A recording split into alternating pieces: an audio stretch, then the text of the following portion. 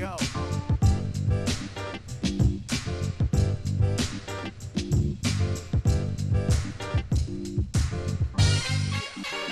Spotics. Spotics is the nothing personal word of the day. That is the intersection of sports and politics. Spotics has been going on for a long time. I don't want to say Muhammad Ali started it because I think that'd be inaccurate. Obviously very famous for his involvement in politics. Greatest boxer, legend. But it has continued through the years and a lot during the course of this past presidential election, through the course of 2020, through COVID, etc. So many athletes get involved in politics right now. Some of them are very well informed. Some of them are less informed. But there's a new conversation, and it's all about spotics. Why am I bringing this up today as word of the day? Because something happened in hockey. It's our second hockey segment to lead off a show recently, Coca. Hockey is in the news again. When I was growing up, my team was the New York Rangers, and I loved going to Rangers games when I could, watching Rangers games. 1994, greatest sports year of my career. Rangers win the cup. Potvin still sucks. That probably went over your head, Coca. And the Knicks made it to Game 7 of the NBA Finals. So the Rangers and Knicks, I'm not sure what they've done since. Not really paid attention because it's too upsetting. But the Rangers have a player on their team, and something happened that caught my eye today that caused me to think about spotics and the role that players play. I normally think about American-born players and their involvement in American politics. Once in a while, there's a player, and I can't remember his name, Coca, and we didn't bring it up pre-show. I want to say it's Enes Kanter, but there's no question I could be wrong, where he could not go back to his country, and he was scared, actually, for his life or being involved, and it was in Turkey. And there were issues in his team, and I don't remember his team. I want to say the Trailblazers, the Mavericks, or some such team was trying to be as helpful as possible to keep him safe. He actually couldn't travel with the team for a little while because there are countries, and my familiarity is with baseball in Cuba and spotics in Cuba. There are countries where sports heroes are used to try to forward the agenda of either very left-wing, very right-wing, just generally people who are looking to rule over their citizens and using the famous celebrity status of athletes to help them. It's like in America when presidential candidates try to line up superstars and celebrities to help people go to the polls or to tape videos for them, etc. But that's sort of penny ante stuff compared to what happens in some of these other countries, where the athletes are actually pawns in a scheme to keep power or to promulgate criminal activities, as is the case in so many of these countries. In Cuba, what Fidel Castro did with Cuban players is staggering. He would pay them nothing. He would make them play for the Cuban national team. He would guard them with armed guards so they would not defect, yet players would find a way to defect, endangering their own lives to get to freedom. Forget to get to the money in Major League Baseball. That's not the issue. Freedom, above all. You know, the conversations I had with Jose Fernandez about freedom, the price of freedom, the cost of freedom, the feeling of freedom, and the fear that players have and athletes have when they speak up against a government. One of the best parts about America is that you are free. You are free to say that which you feel, even if it makes people's hair stand up on the back of their neck. Doesn't really quite work that way in Russia. There's a star for the Rangers. His name is Artemi Panarin, excuse me. He is a hockey player for the Rangers. He's from Russia. He's very outspoken about Putin in Russia. And he's outspoken in a way that is important, but rare. As you know, Putin does not like when people say anything negative about him or his country or the way he rules. As a matter of fact, you have a better chance of being kidnapped and killed than you do of actually effectuating change. But there are people that are heroes who say, doesn't matter. I am going to say what I feel, and I'm going to say what's right, and I'm going to try. I'm going to try. It's one of the great lessons you can give your children, one of the great lessons you can take for yourself. It is the lesson of effort. Nothing good happens without effort. Nothing can be accomplished without pain, sacrifice, and effort. So this hockey player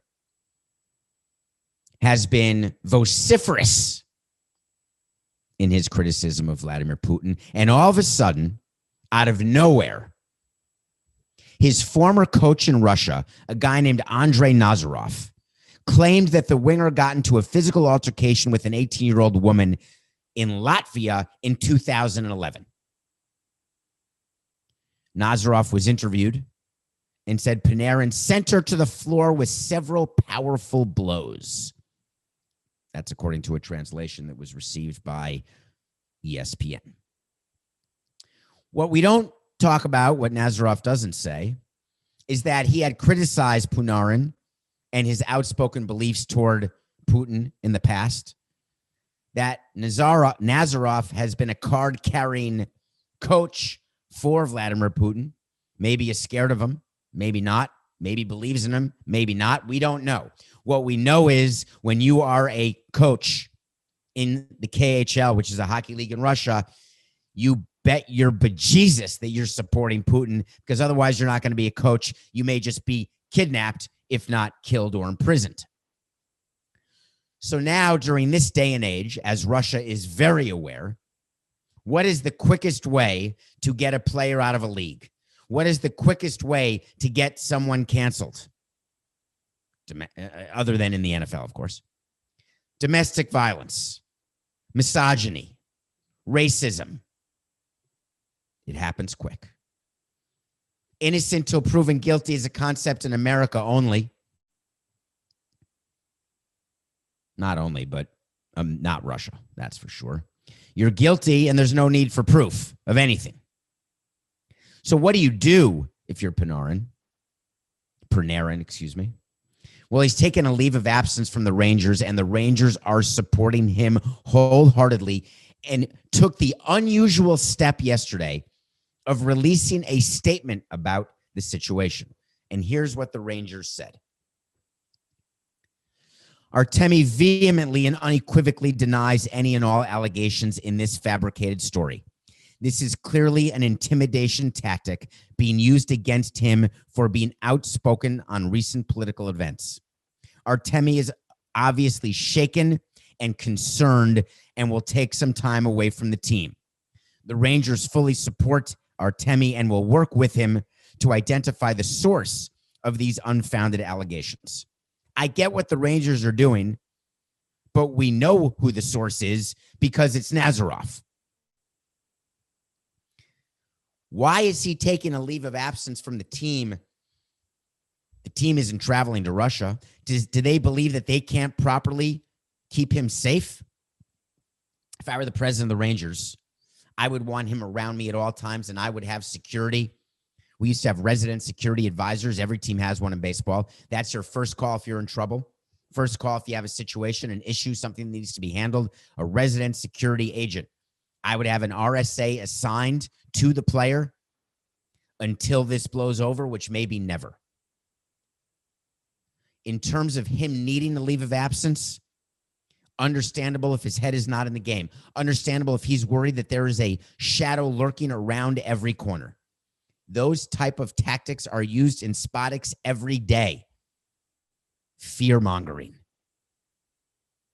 Sports needs to deal with this issue because sports has to decide, are they here for the politics? Are they here for the product on the field?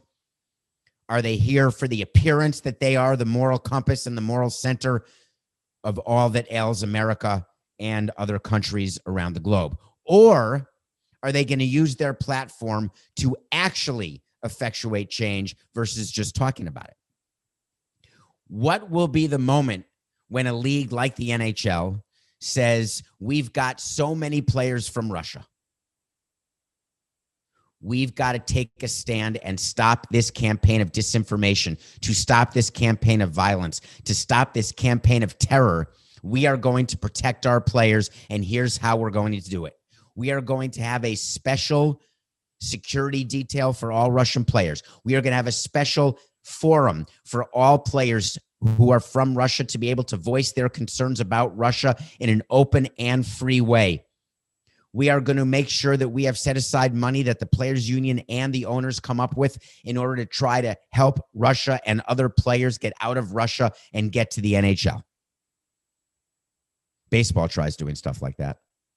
NBA tries doing stuff like that. And I don't mean putting something on the back of a helmet in football or putting something, a phrase on a jersey in basketball or moments of silence.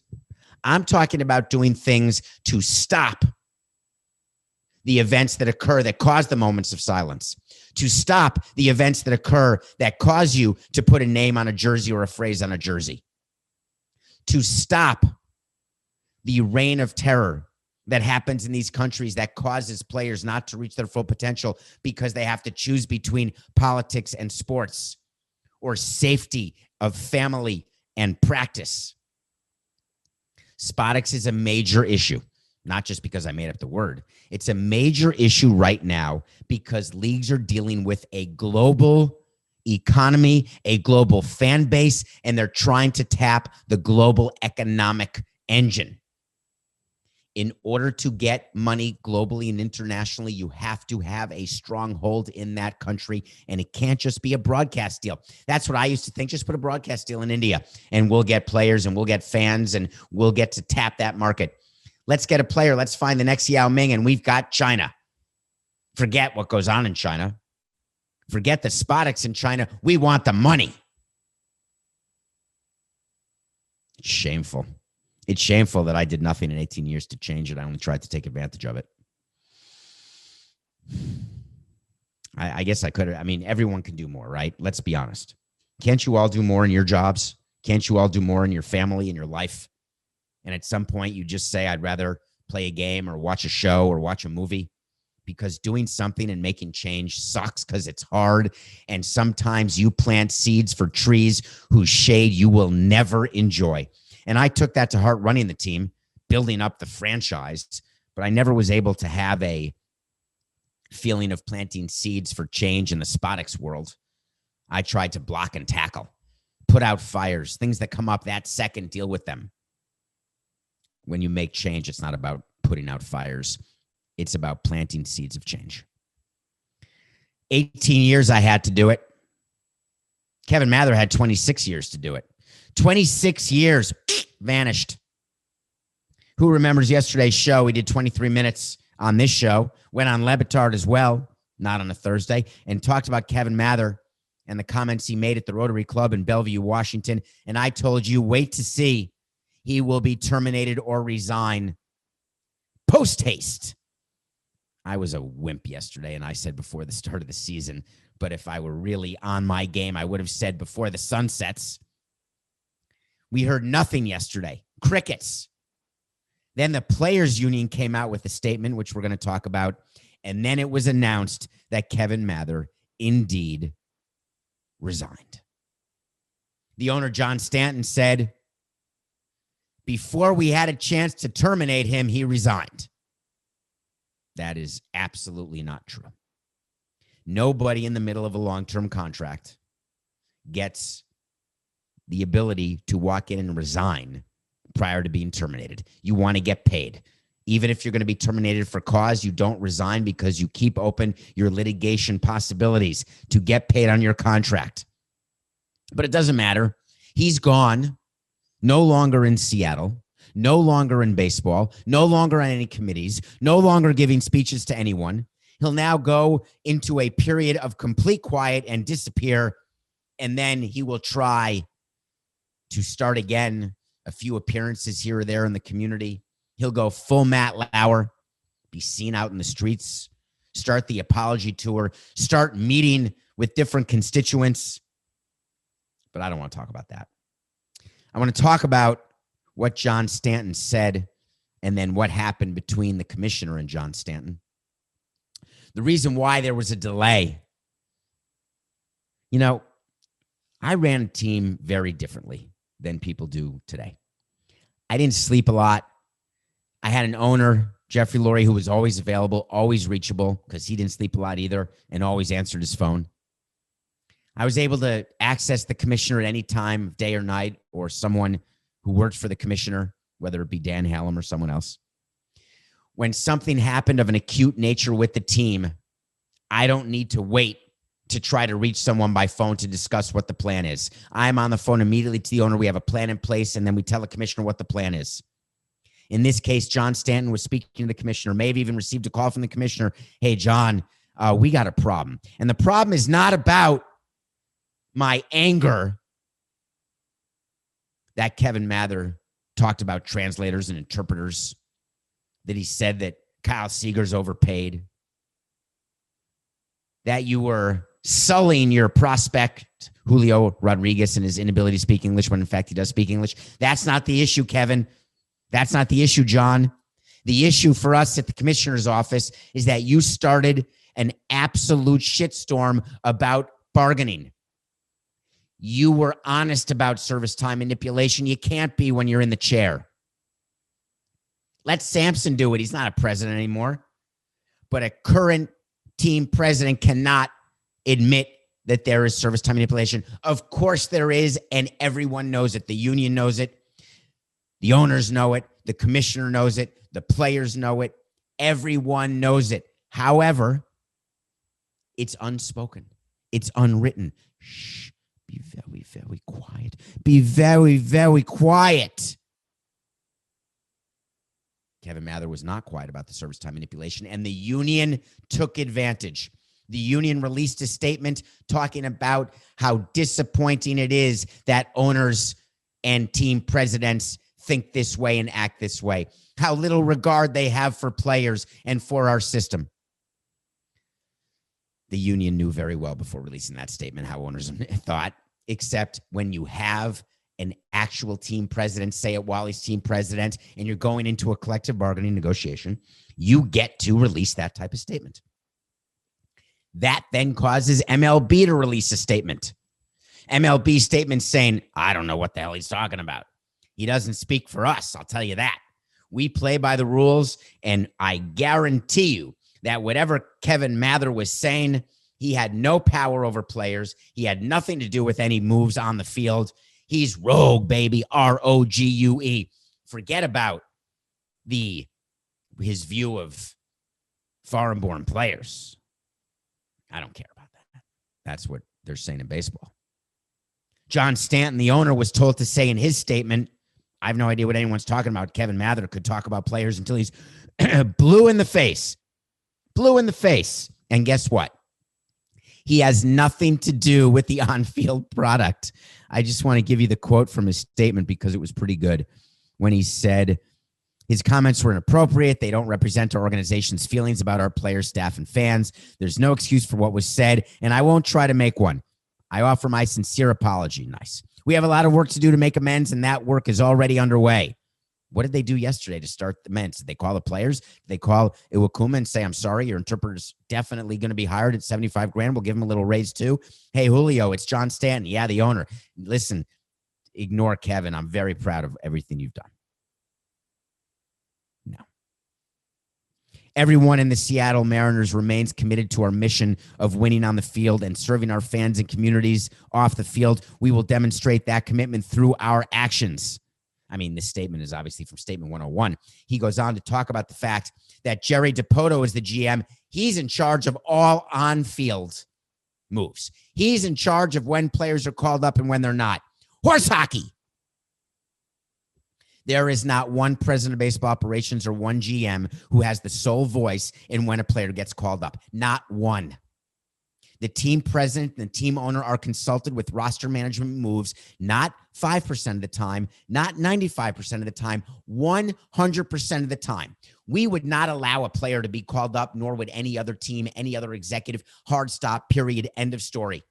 Don't say it, John, when you know it's not true.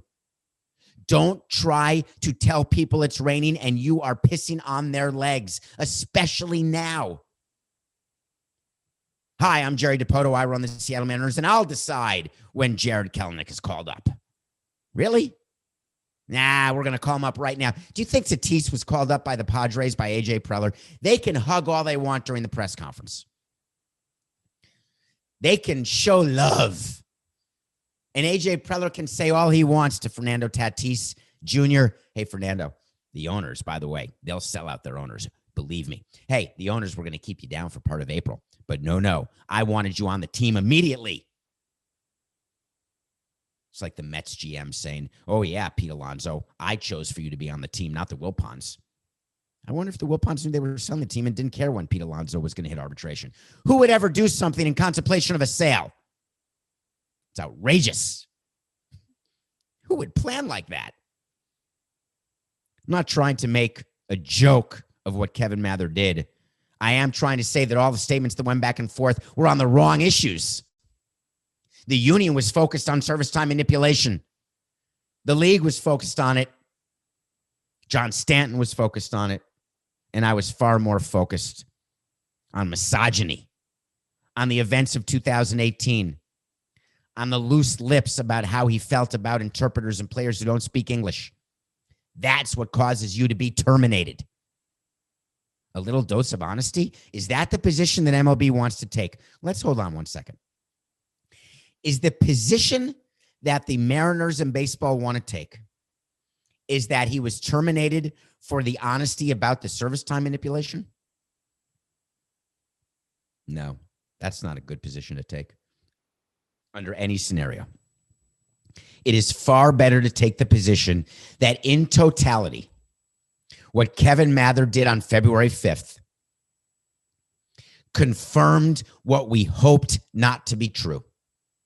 Confirmed that we thought after 2018 that Kevin Mather would improve himself and be a better man, just be better, as Coco would say. And we now know for certain that he wasn't. I had no idea, John Stanton could say, but he wouldn't be telling you the truth because, of course, he knows his team president. He talks to him every single day. I had no idea he thought this way or that way.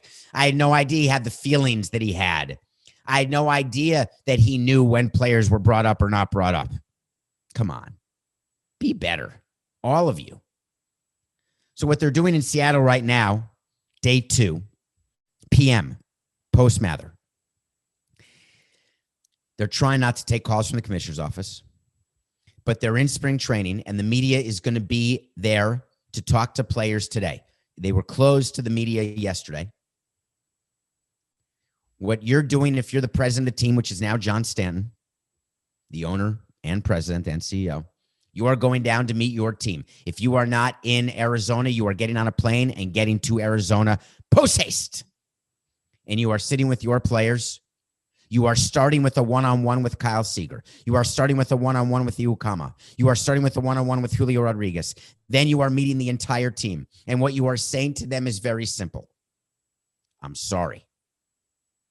It is a very poor reflection of me as an owner that I employed him as a president. You are going to sell Kevin Mather so far under the bus because you've got to find a way to have separation. Separation that's super hard to accomplish with a 26-year employee. Trying to prove that a 26-year employee had nothing to do with culture, that the fact that you swept under the rug what he did in 2018 with a simple note to the file and some settlements to some women, you now have to own it because the players are going to give you one more chance. The media will give you one more chance. Your fans will give you one more chance as an owner, John. You can't talk to performance on the field because you don't have that to hide behind. But once you meet with your players after the one-on-ones, then you meet the media. And when you're meeting the media, you talk to the media as though they are your fan base and you count on your fan base. Don't do it through a statement. Don't do it through anything other than a direct communication through the media, talking to your livid fan base. We hear you. We acted immediately. I'm sorry it took till the middle of the day. That's my fault. The minute I saw the video of that exchange, I should have terminated Kevin. I shouldn't have given him a chance to resign. I should have known the speeches that my president makes. I should have been in better touch with my communications officer to understand all appearances, knowing Kevin the way I did, knowing that there's an opportunity for him to say the wrong thing or to feel the wrong way given what happened in 2018. I pledge to you not to talk about it anymore. I pledge to you to act. And here's the first action I've done. Our culture inside our offices is completely changed now. Here are the people in place to make sure that there will be no workplace harassment ever again. Here is what's in place on the baseball side that started today. We give all of our executives now a list of players. We let them talk to the players, interact with the players so they know for themselves the great attributes that our players have, the great ability they have to give interviews, to speak English, to speak multiple languages, to do things in the community. We are making sure that every executive gets a list of every single community initiative that all of our players have, because our players do things for you all the time and we want them to be recognized. Yes, we have a business to run. Yes, we have failed you on the field. But what took place on February 5th will never capitalize, never happen again under my watch, because I'm going to tell you something right now, ladies and gentlemen of Seattle. My name is John Stanton. I'm the owner of the team, and it all stops and starts with me. If we have one more employee who engages in workplace harassment, if we have one more employee who says something publicly that shows a level of intolerance and racism, do you know what I'm going to do? I am going to step down. I will sell the team because I care more about Seattle and you, the fans, than I do about me owning this team. That's the difference that we're going to make every single day from this day forward. Please allow us to do it. That's what you do if you're John Stanton, because this story is not going away. This story has legs. And in media and in PR, when a story like this has legs, you can't quash it. You have to make a new story. And there's only one type of story the Mariners can do. When we do wait to sees, by the way, we'll tell you when they happen and when they don't. The wait to see yesterday is Mather will be terminated and resigned, and he did. That was a yes. Baseball needs some stories right now to try to distract from the negativity that exists, the fighting between owners and players and union. Mike Trout is a big story in baseball every year this time. The hope of the Los Angeles Angels of Anaheim. The feeling that this will be the year that they will finally make the playoffs. Mike Trout meets the media and he gets asked the same question every year. What can you do better? What can the team do better? What do the Angels need? Mike Trout said, I hear it every year. The only way to change that is to get to the playoffs. I'm tired of hearing people say, hey, Mike, is adding this guy or that guy going to help? Well, given that you make $400 million and that you are, in theory, the best player in baseball on a team that has made the playoffs once in your career and you're about to hit 1.5 score in age, you better be ready to answer that question every year until your team performs, especially given the fact that whatever your team does, they're signing free agents, they sign pitchers, they sign hitters, and they still stink year after year after year. It's never good enough. Do you know what I would ask? What I would ask Mike Trout? How do you feel, Mike, that the former Marlin, Brad Penny, has more career postseason hits than you do? Brad Penny has 2 career postseason hits. Mike Trout has 1. How do you feel that Brad Penny has more postseason career runs batted in than you do? Penny has 2. Trout has banana, 0. I don't know why I said banana. I meant donut. Can you imagine we live in a sport where Brad Penny has better offensive stats than Mike Trout? Brad Penny's obviously a pitcher who pitched for us. Pitched game 1 of the World Series phenomenally well against David Wells. Our rotation was upside down because of the championship series against the Cubs. The Yankees' rotation was upside down because of their championship series against the Red Sox. So all this talk about having a number 1 starter and starting the first series of a playoffs, you never know what's going to happen. In any case, Brad Penny is a better offensive player than Mike Trout. So what does baseball do? Well, Mike Trout gets to talk about other stuff as well. He said something fascinating to me, and it made headlines, and I want to explain what it meant, if you don't mind. Mike Trout told the media that he talks to Tony Clark, who is the head of the Players Union, every single day, probably once a day, as the Players Union is now preparing to bargain a new agreement. You know, the collective bargaining agreement runs out after 21. There are concerns about a work stoppage. There are great concerns that they couldn't even get a universal DH extended playoffs deal. There are concerns that even things that are good for the game that both sides agree with, that they still can't get done. Mike Trout then said the magic words, quote, "I'm just learning new stuff about it," meaning the CBA. And when stuff comes up about it that he asks me, I answer. Hopefully it gets resolved and everything coming up, because MLB is a great thing for our country, especially now during the pandemic, and we need it to go forward. Here's a hint to the players and the owners.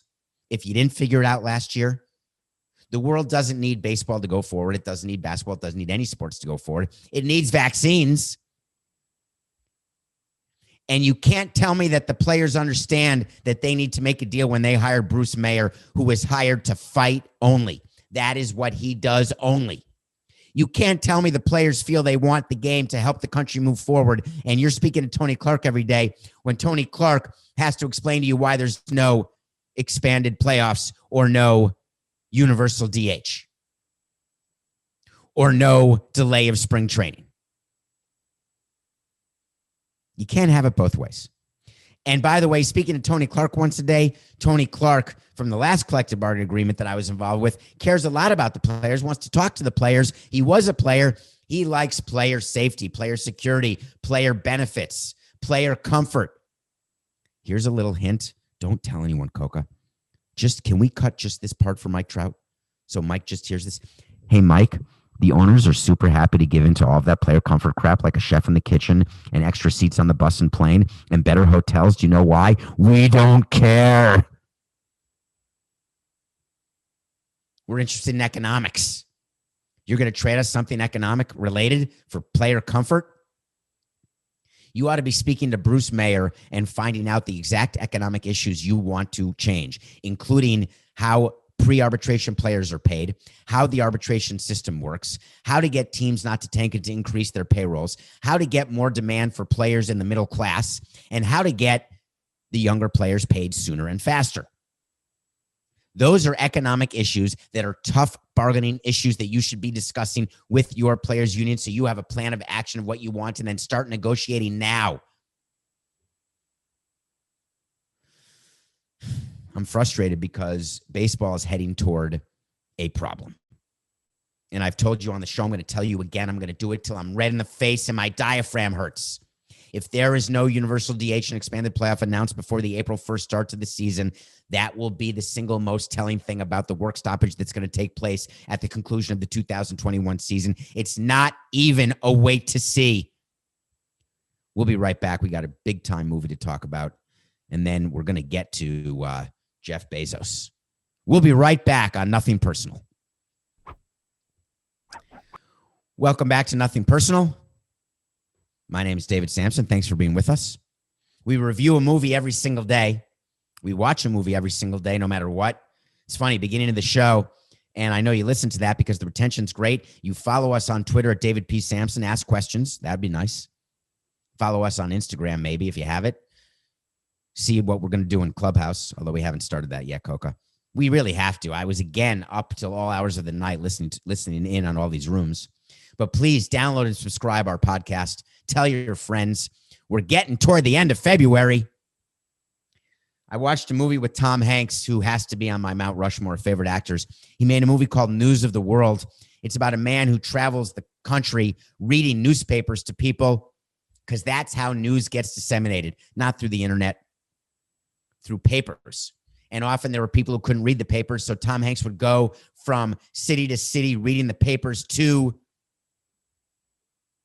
the citizens.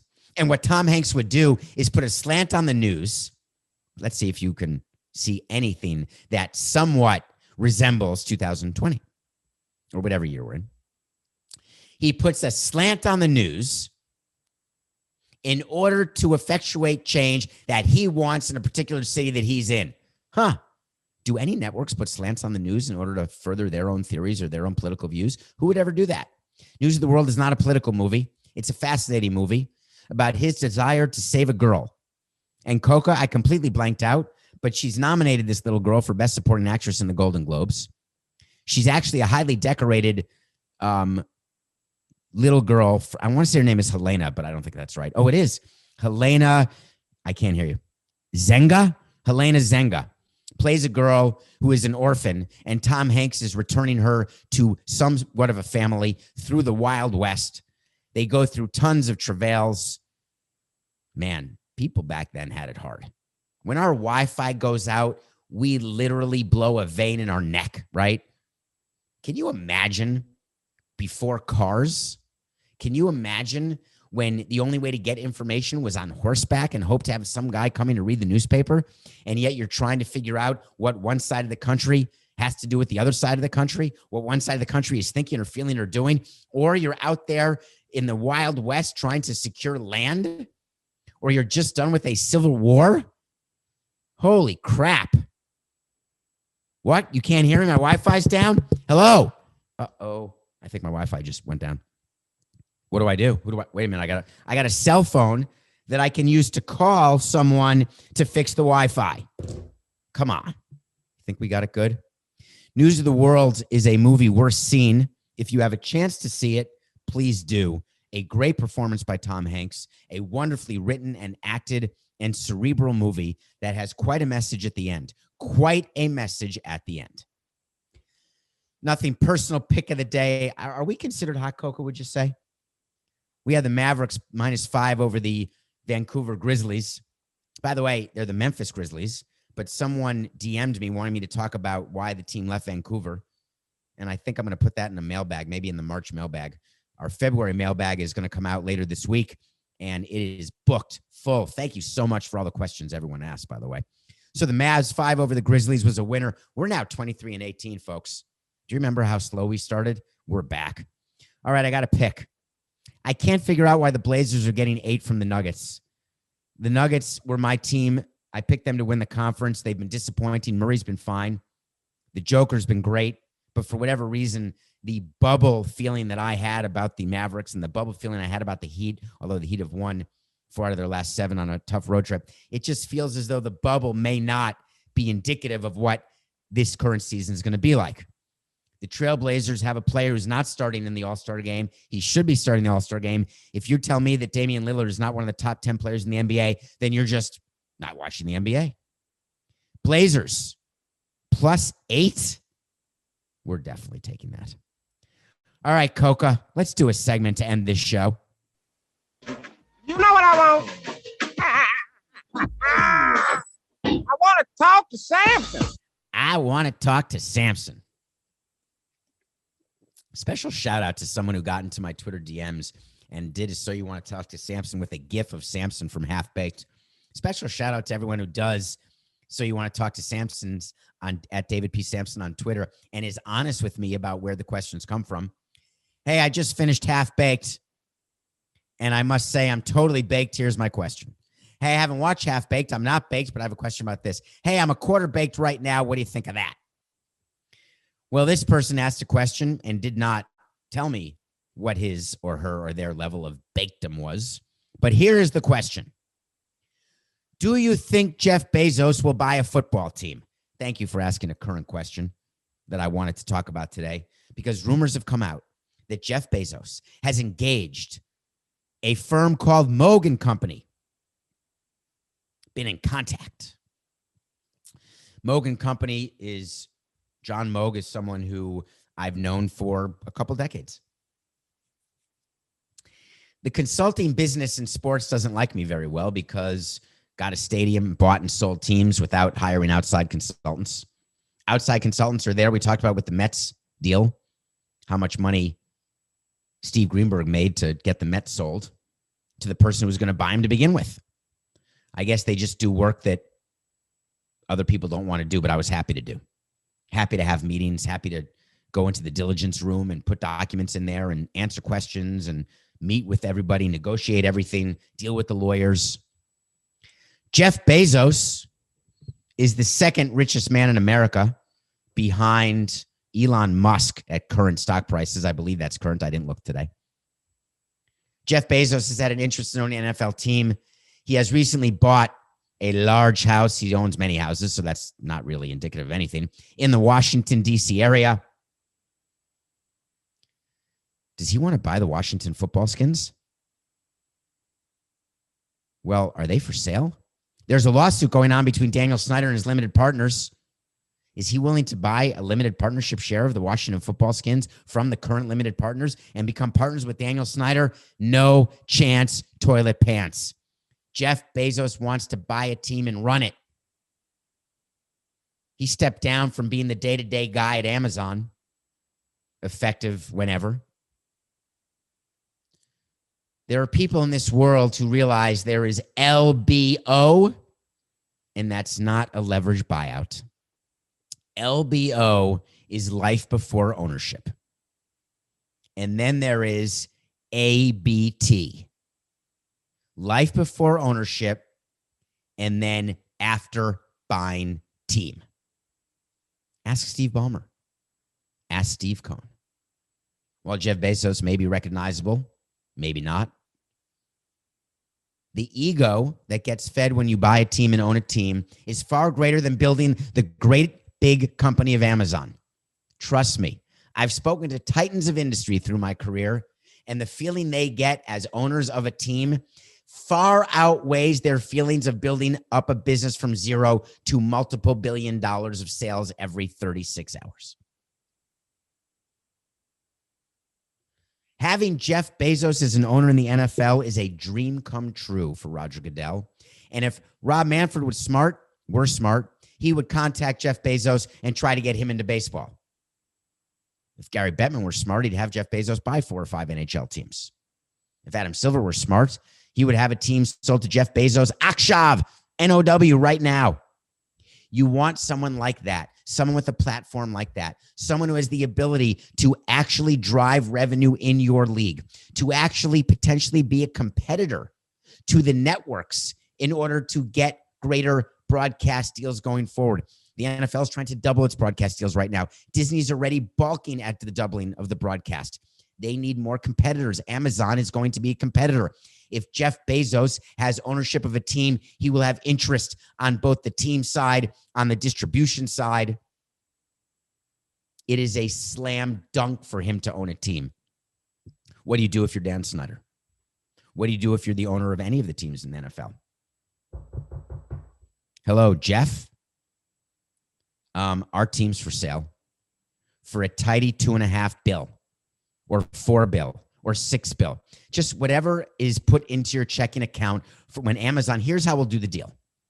When Amazon goes up by $1, sell some and we'll close then. You won't even know the difference. It may go back down again. It may go up more, but either way, it's not even pocket change. And I don't want to count other people's money. I don't like counting other people's money. I don't like telling other people how to spend his, her, or their money. But what I can tell you is he is the exact type of owner who can buy an entire NFL team, drive up the valuations for the other 31 teams that he doesn't buy, all in one swipe of a debit card. Right now, the leagues are jumping all over each other. Contact Jeff Bezos. Do you know that Forbes, which we don't pay attention to, values the Washington football skins at $3.5 billion? Let's just pretend that Daniel Snyder needs a premium to sell. Let's pretend that he wants to finish with the lawsuit. Let's pretend that Dan Snyder has had enough negativity. I don't think it's true, but let's pretend. $3.5 billion is not going to get it done, Jeff.